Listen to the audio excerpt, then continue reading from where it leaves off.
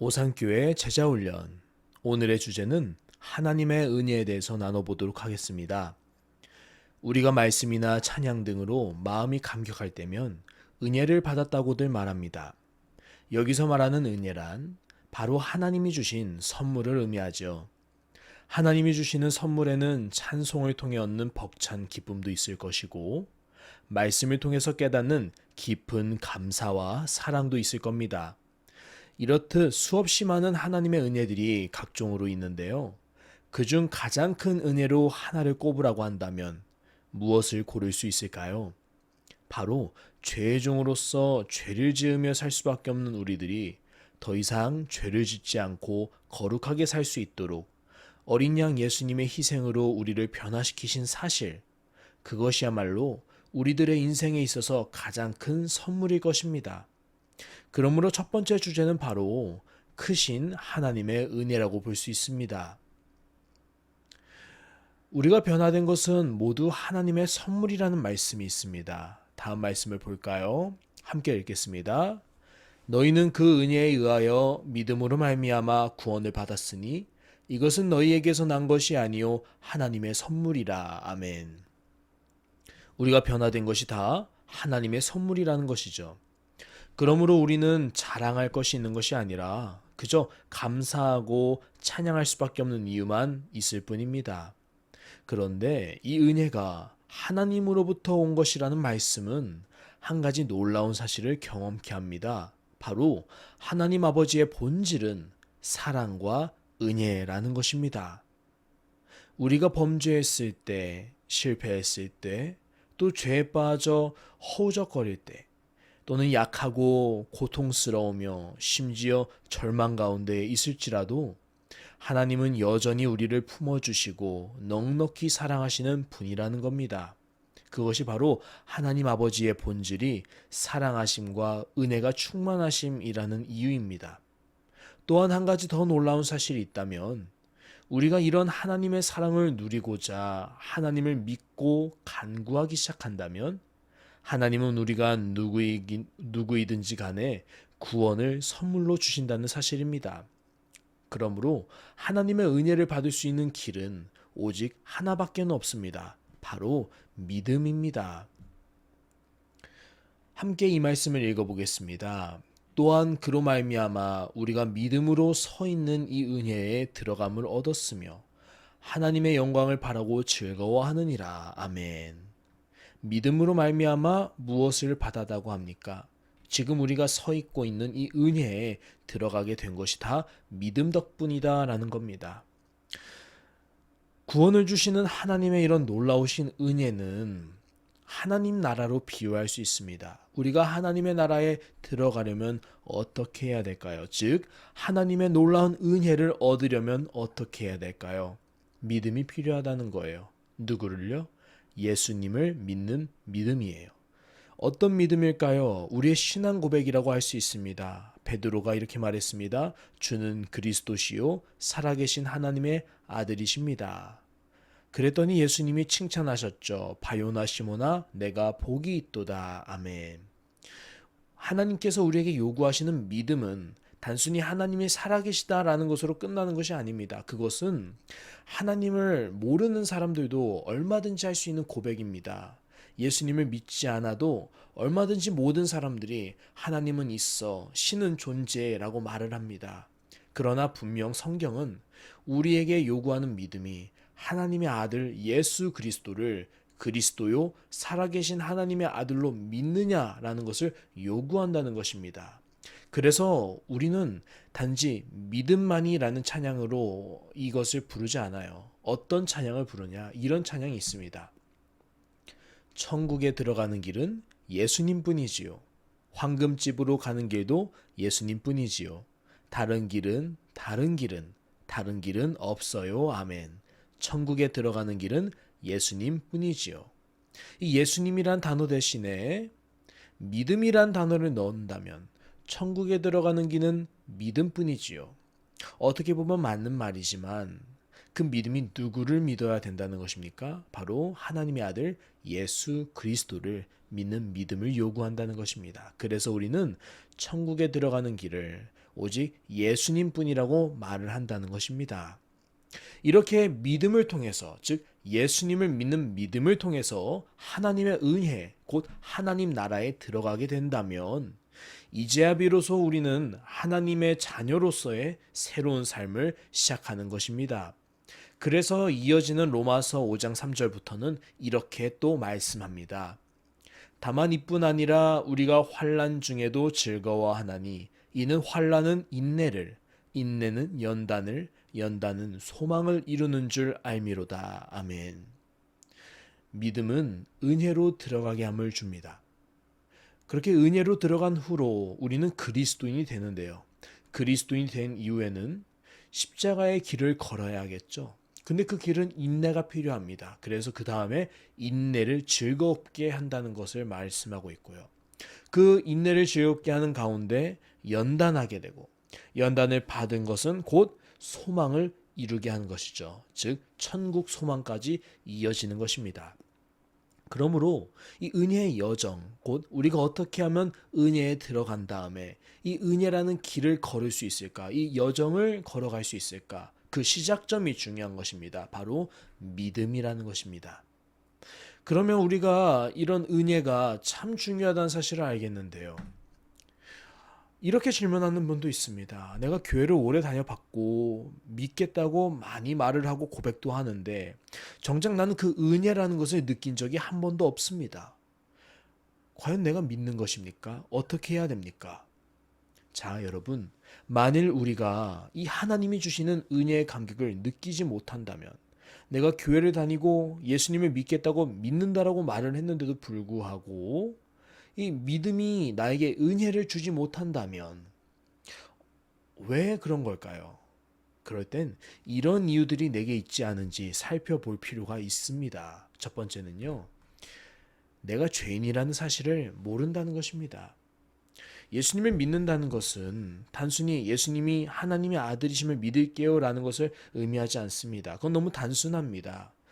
예수님이 왜 하나님의 아들인 게 중요합니까? 나를 위해서 십자가를 지셔야 됐기 때문이죠. 왜 나를 위해서 십자가가 필요합니까? 왜 예수가 죽어야 합니까? 이유는 딱 하나입니다. 내가 죄인이기 때문입니다. 내가 죄인이라는 사실을 인정하지 않고 모른다면 당연히 예수님의 십자가를 믿지 못하겠고 믿음이 없으니까 은혜도 얻을 수 없는 것입니다. 두 번째 이유가 있다면 바로 자기 의를 드러내기 때문입니다.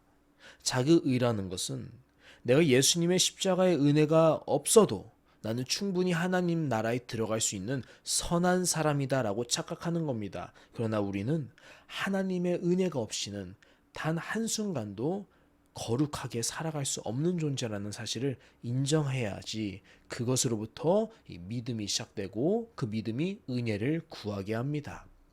세 번째 이유가 있다면 자기 힘으로 성공하려고 하는 것도 문제가 됩니다. 인생을 살아갈 때 나름대로의 자기 목표를 이루려고 하는데요. 사람들은 각자 자기 나름대로의 힘으로 성공을 하려고 하지요.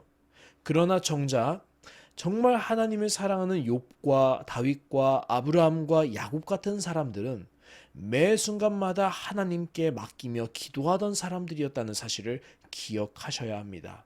자기 힘으로 성공하려는 사람은 정작 내가 기독교인이다라고 말은 할 수 있지만 경건의 모양은 있지만 정작 경건의 능력은 저버리는 그런 실속 없는 신앙생활을 할 뿐입니다.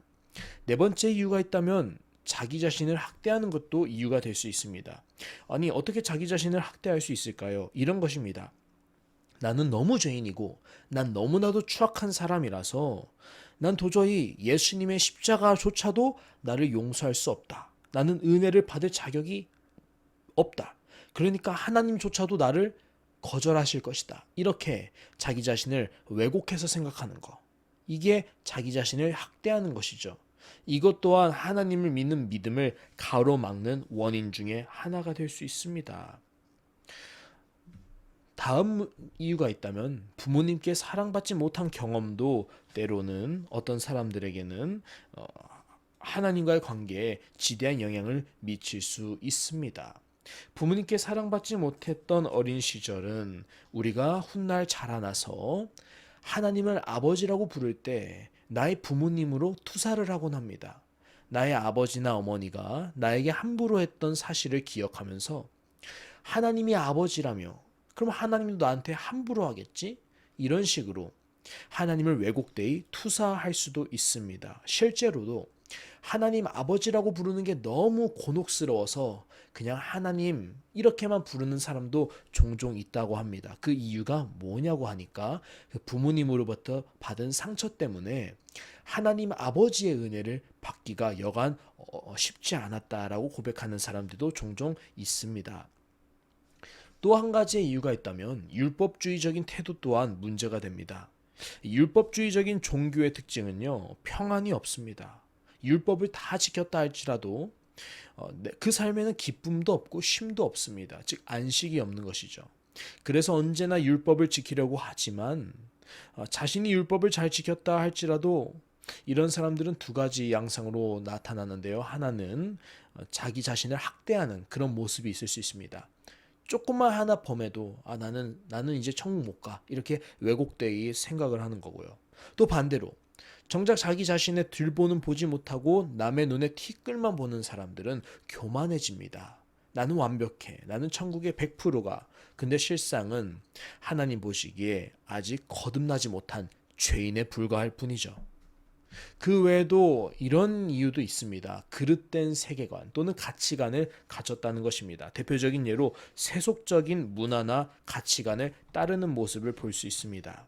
세상에 돈을 추구하는 사람 또는 세상의 명예를 추구하는 사람들은 정작 자기 자신이 그리스도인이라 할지라도 돈 많은 것을 더 우선적으로 존경하고 또 좋아하는 경향이 있습니다. 명예를 가진 사람을 부러워하고 그것이야말로 인생의 참된 성공의 척도라고 당당하게 말하는 사람들도 종종 있습니다. 그래서 누군가와 대화를 할 때 그런 사람들의 대화에는 항상 돈 문제, 어떻게 하면 부자가 될까, 투자 문제 또는 명예 문제 이런 것들이 늘 집착처럼 강박처럼 존재하는 사실을 여러분이 느끼실 수 있을 겁니다. 그렇게 느낀다면 그 사람들은 지금 그릇된 세계관을 가지고 있구나. 또는 잘못된 가치관을 가지고 있구나. 이 사람이 지금 하나님의 은혜를 온전히 받고 있지는 어렵겠구나라고 우리가 생각할 수 있습니다. 그리고 그것이 꼭 남에게만 있는 것이 아니라 우리 모든 사람은 사람인지라 어느 정도 왜곡된 세계관을 갖기 마련입니다. 그래서 우리가 더욱더 성경으로부터 하나님 나라의 세계관을 가져야 되는 것입니다. 그렇게 하나님의 나라의 세계관으로 나의 기존의 왜곡된 세계관을 조금씩 하나씩 바꿔갈 때 이전에는 내가 이렇게 생각했던 것들이 이제는 그렇게 생각할 필요가 없다는 사실을 깨닫기 때문에 더 하나님 안에서 하나님의 은혜를 충만히 누릴 수 있는 신앙생활로 들어갈 수 있게 되는 것입니다. 자, 마지막으로 이 말씀을 나누려고 합니다. 같이 읽어보겠습니다. 사랑하는 자들아 우리가 서로 사랑하자. 사랑은 하나님께 속한 것이니 사랑하는 자마다 하나님으로부터 나서 하나님을 알고 사랑하지 아니하는 자는 하나님을 알지 못하나니 이는 하나님은 사랑이심이라. 하나님의 사랑이 우리에게 이렇게 나타난 바 되었으니 하나님이 자기의 독생자를 세상에 보내심은 그로 말미암아 우리를 살리려 하심이라. 사랑은 여기 있으니 우리가 하나님을 사랑한 것이 아니요 하나님이 우리를 사랑하사 우리 죄를 속하기 위하여 화목제물로 그 아들을 보내셨음이라. 아멘. 오늘 말씀의 끝은 하나님의 사랑으로 마칩니다. 우리가 믿음으로 말미암아 하나님의 은혜에 들어간 것은 사실 우리가 먼저 하나님을 사랑해서 우리가 먼저 하나님을 믿어서 우리가 먼저 하나님을 존경해서가 아닙니다. 우리가 죄인 되었을 때 우리가 하나님을 원수 삼아서 하나님께 대항했을 때 우리의 마음문이 완전히 닫혀 있을 때조차도 하나님은 우리가 돌아오기를 간절히 원하시는 마음으로 자기 아들을 화목제물로 먼저 내주셨습니다. 그래서 우리가 하나님을 믿을 수 있게 되는 것입니다. 그러므로 어떻게 보면 구원은 하나님의 선물일 뿐만 아니라 믿음도 하나님께서 주신 선물이라고 할 수 있습니다. 우리 사랑하는 오상교회 모든 성도님들의 삶이 거듭나고 은혜에 들어가서 그 은혜가 넉넉히 넘쳐나는 삶을 살아가시기를 예수님의 이름으로 축복합니다. 기도하겠습니다. 사랑하는 하나님 감사합니다. 우리가 하나님의 은혜가 충만히 넘치는 사람들로 살길 원합니다.